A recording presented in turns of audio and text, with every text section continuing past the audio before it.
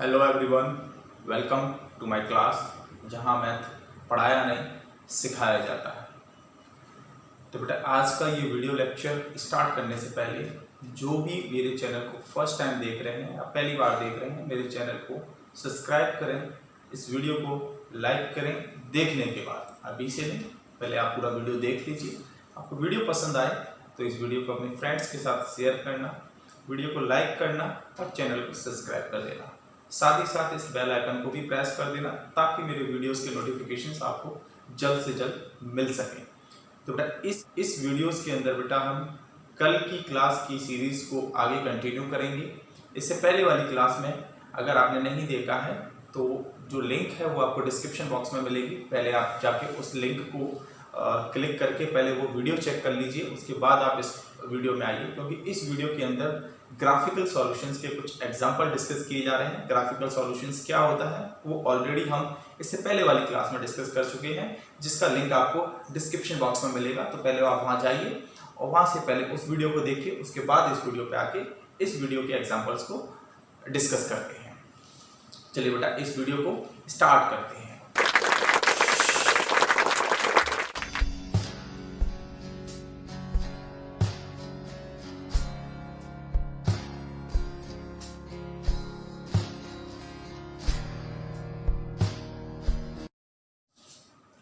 Board पर बेटा आपको एक एग्जांपल दिखाई दे रहा है। ये जो एग्जांपल है वो एनसीईआरटी बुक्स के पेज नंबर 42 से लिया गया है। आप यहाँ देख सकते हैं एनसीईआरटी का पेज नंबर 42 का एग्जांपल नंबर 2 है। यहाँ एग्जांपल नंबर 1 है, लेकिन वहाँ एग्जांपल नंबर 2 है।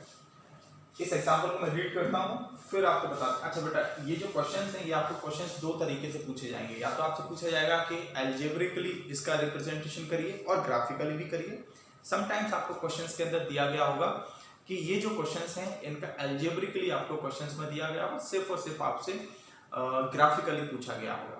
तो इस दोनों प्रकार के क्वेश्चंस को हम इस क्लास के अंदर डिस्कस करेंगे। तो आज मैं आपके सामने इस क्वेश्चंस को पढ़ रहा हूँ। Romila went to a stationery shop and purchased 2 pencils and 3 erasers for 9 rupees।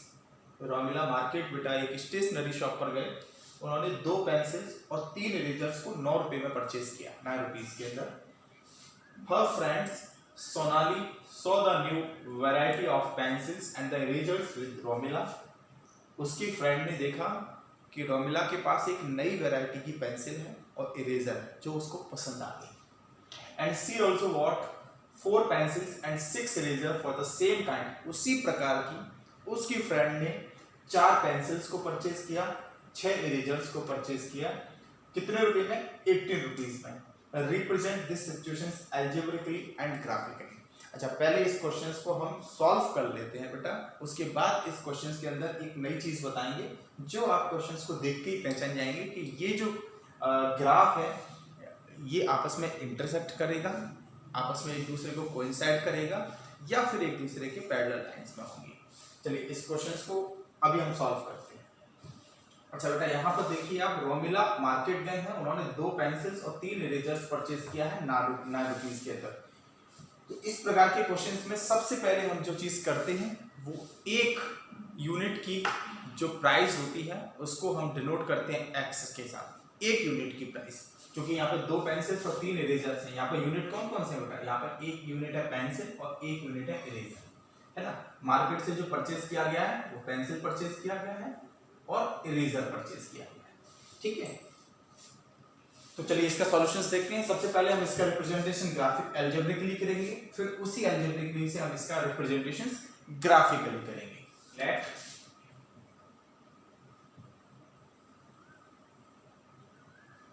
denote the cost of 1 pencil by rupees X and 1 eraser by rupees Y।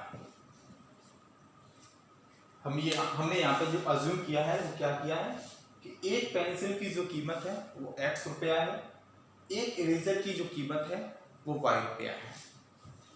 अब इस कीमत के बेसिस पर सबसे पहले रोमिला की इक्वेशंस बनाते हैं। रोमिला ने 2 पेंसिल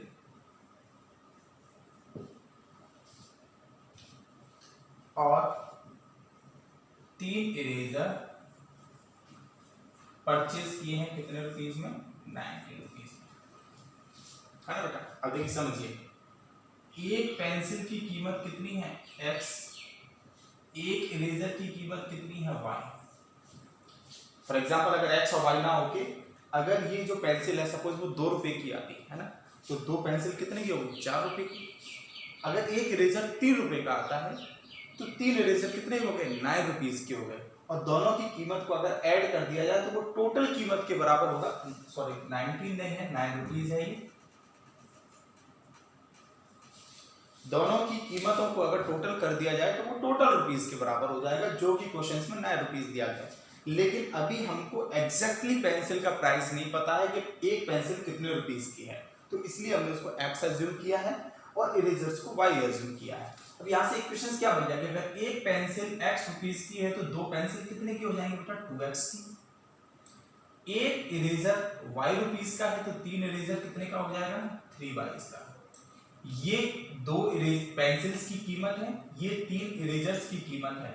इन दोनों को अगर ऐड कर देंगे तो बेटा वो टोटल कीमत आ जाएगी जो है 9 रुपीस। कितना है, 9 रुपीस, जो कि क्वेश्चंस के अंदर दिया गया था। तो ये हमारा एल्जेब्रिकली रिप्रेजेंटेशन हो गया पहली इक्वेशंस का जो रोमिला ने परचेज किया है। अब हम हर फ्रेंड्स की बात करेंगे।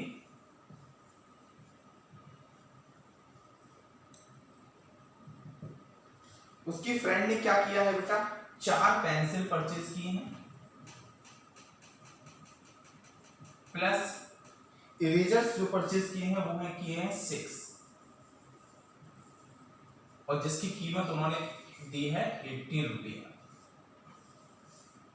18 रुपीस में परचेज किया है।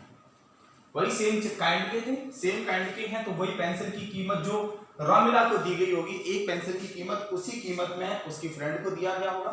जिस कीमत में इरेजर रोमिला को दिया गया होगा उसी कीमत में इरेजर उसकी फ्रेंड को दिया गया होगा। तो अगर एक पेंसिल की कीमत x रुपया है तो 4 की हो जाएगी बेटा 4x, प्लस एक इरेजर की कीमत y है तो 6 की हो जाएगी 6y, और इन दोनों की कीमत को अगर ऐड कर देंगे तो वो हो जाएगी टोटल रुपया जो उसकी फ्रेंड ने उस दुकानदार को पे किया गया होगा, है ना। टोटल रुपया जो उसकी फ्रेंड ने दुकानदार को पे किया वो कितना है, 80। टोटल रुपया जो रोमिला ने दुकानदार को पे किया वो है 9। 2 इंस्टॉलमेंट में पे किए थे, एक इंस्टॉलमेंट उसने पेंसिल का दिया था, दूसरा इंस्टॉलमेंट उसने इरेजर्स का दिया था। तो बेटा यहाँ पर हमारे पास 2 इक्वेशंस आ गई। ये 2 इक्वेशंस हैं जो रोमिला की हैं, ये इक्वेशंस हैं वो उसके फ्रेंड्स की हैं, है ना। 2x + 3y = 9, 4x + 6y = 18। तो ये जो रिप्रेजेंटेशन है, ये प्रेजेंटेशन है आपका एल्जेब्रिकली। ये कौन सा रिप्रेजेंटेशन है बेटा, एल्जेब्रिकली है। कभी कभी क्वेश्चंस के अंदर आपको ये दिया गया होगा और इसके बेसिस पे आपसे ग्राफिकली पूछा गया होगा। ये आपकी एक कंप्लीट वर्ड प्रॉब्लम थी जिसके अंदर आपसे दोनों सिचुएशंस पूछी गई थी कि इस सिचुएशंस को एल्जेब्रिकली और ग्राफिकली दोनों तरीके से आप इसको रिप्रेजेंट करिए। अच्छा, एल्जेब्रिकली हमने कर दिया है, ग्राफिकली इसको रिप्रेजेंट कैसे करेंगे। सबसे पहले इसके हम बात करते हैं, 2x + 3y = 9। सबसे पहले इस इक्वेशंस की बात करेंगे। अच्छा, ये इंडिविजुअल लीनियर इक्वेशंस हैं, 2 वेरिएबल्स के अंदर है ना। तो इसको सॉल्यूशंस वही क्लास 9 की तरह करेंगे। क्लास 9 में ऑलरेडी ये मेथड आपने पढ़ रखा है। तो यहां से 2x 3y = 9 - 2x and y = 9 - 2x/3। यहाँ से x की वैल्यू को पुट करते जाएंगे, y की वैल्यू हमको यहाँ पे मिलती चली जाएगी। तो सबसे पहले एक बॉक्स बनाएंगे बेटा सिंपली,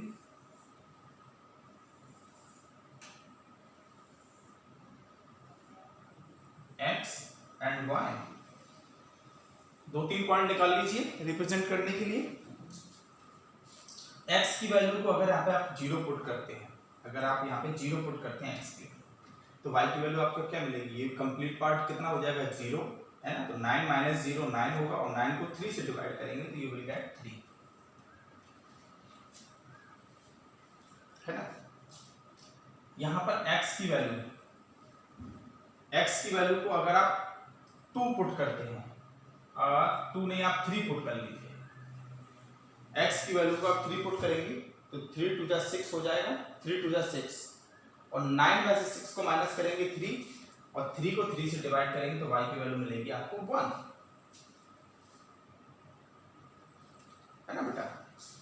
काफी है, 2 पॉइंट काफी है ना। आप चाहे तो तीसरा पॉइंट भी निकाल सकते हैं। देखो 4.5 आप रखेंगे यहाँ पर, तो 4.5 अगर यहाँ पे रखते हैं तो 4.5 का डबल कितना हो गया 9, 9 में से 9 गया 0 और 0 को 3 से डिवाइड किया तो 0, 4.5 रखने तो 0। तो इस इक्वेशंस के लिए जो आपके पॉइंट्स आए, कोऑर्डिनेट्स आए हैं, वो पेयर आया है 0 3 का, 3 1 का एंड 4.5 एंड 0 का, है ना। इस टेबल को अभी याद रखेंगे हम, ग्राफ बनाने के अंदर ये हेल्प करेगी।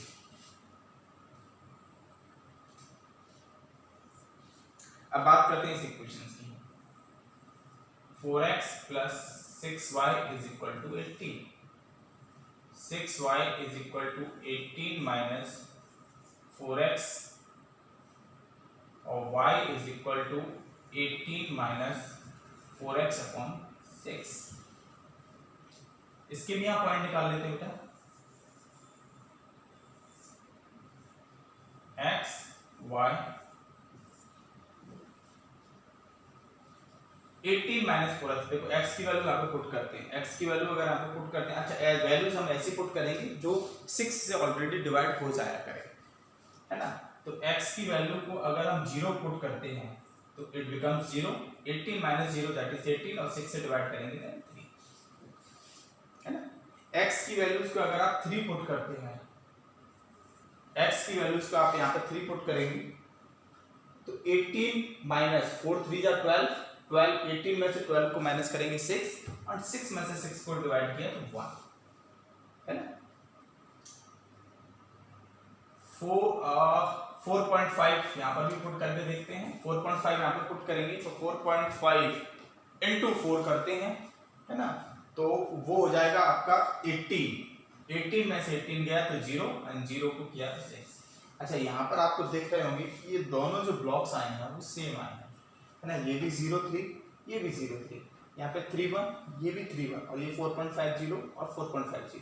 तो यहाँ से जब दोनों कोऑर्डिनेट्स आपने निकाले तो यहाँ से एक पिक्चर आपकी क्लियर हो गई होगी कि इसका जो ग्राफ आएगा, इसकी जो स्ट्रेट लाइन आएगी और इसकी जो स्ट्रेट लाइन आएगी वो आपस में एक दूसरे को कोइंसाइड करने वाली है, एक के ऊपर एक आएगा। कैसे आएगा चल कर लेते हैं, देखिए।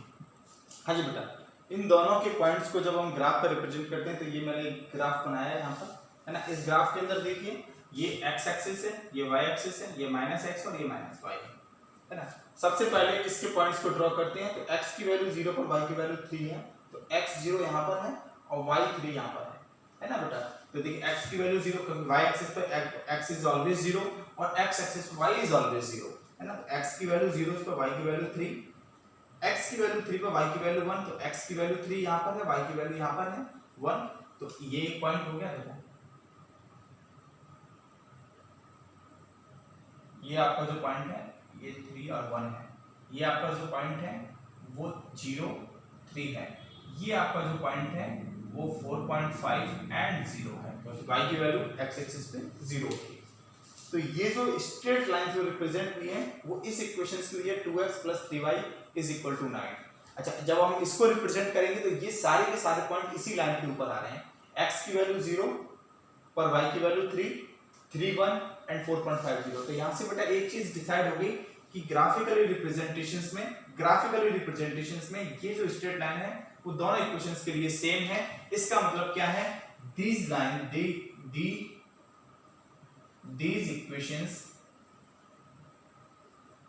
equations coincide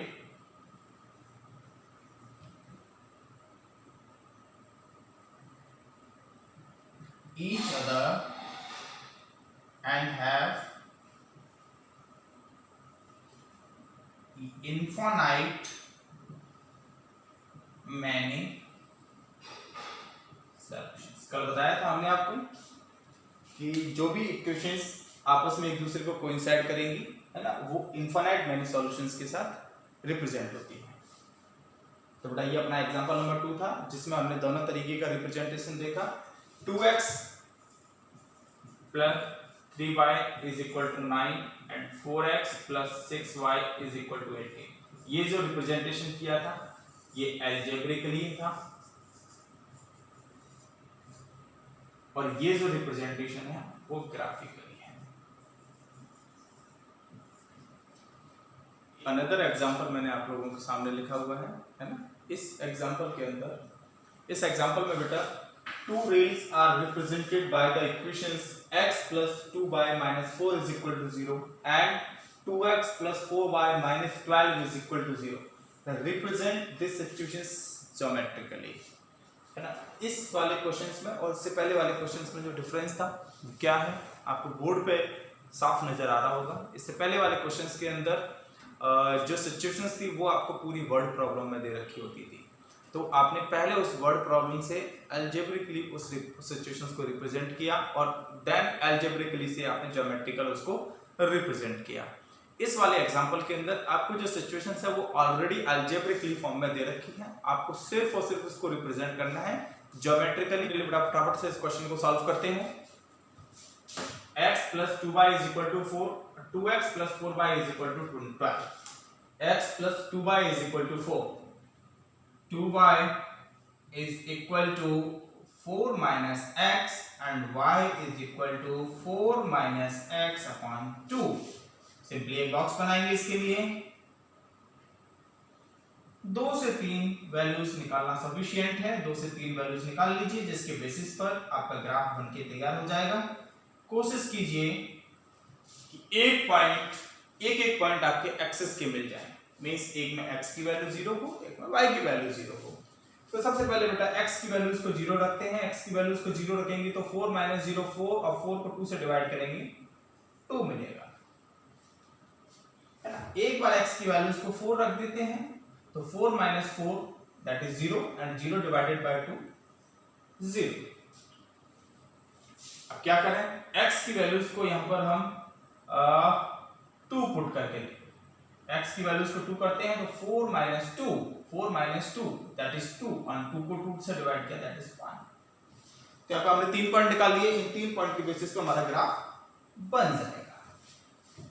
अगली इक्वेशन से बेटा 2x plus 4y is equal to 12, 4y is equal to 12 minus 2x and y is equal to 12 minus 2x upon 4। इसके लिए भी ग्राफ बनाते हैं।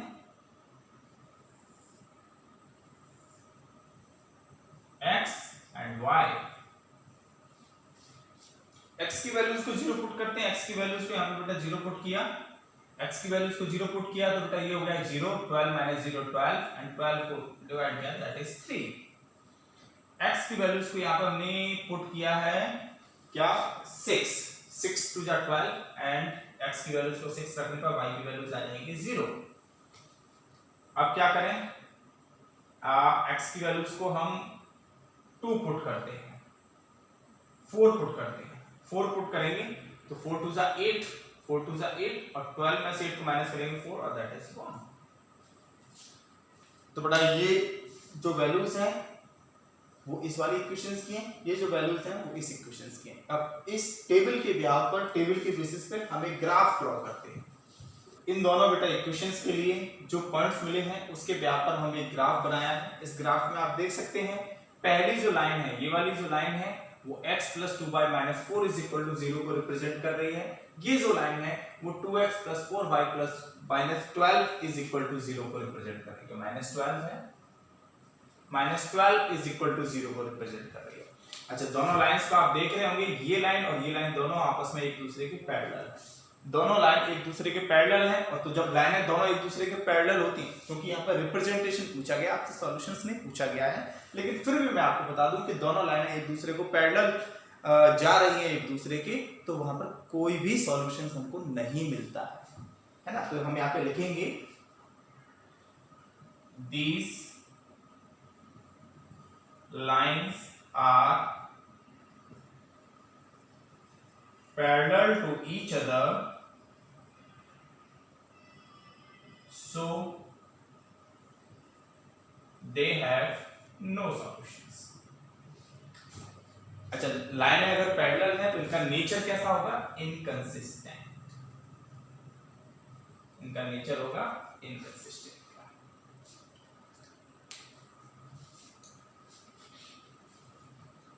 ठीक है बेटा,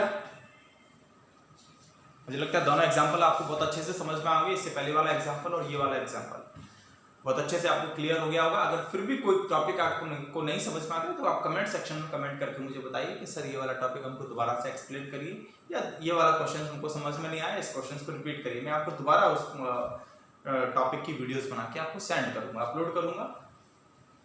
लेकिन आपका काम है मुझे कमेंट करके बताना। जब तक आप मुझे कमेंट करके नहीं बताओगे तो मैं आपको वही पढ़ाऊंगा जो मुझे पढ़ाना है ना। लेकिन आप मुझे जब कमेंट करके बताएंगे तो उस वक्त बेटा मैं वो पढ़ाऊंगा जो आपको पढ़ना है।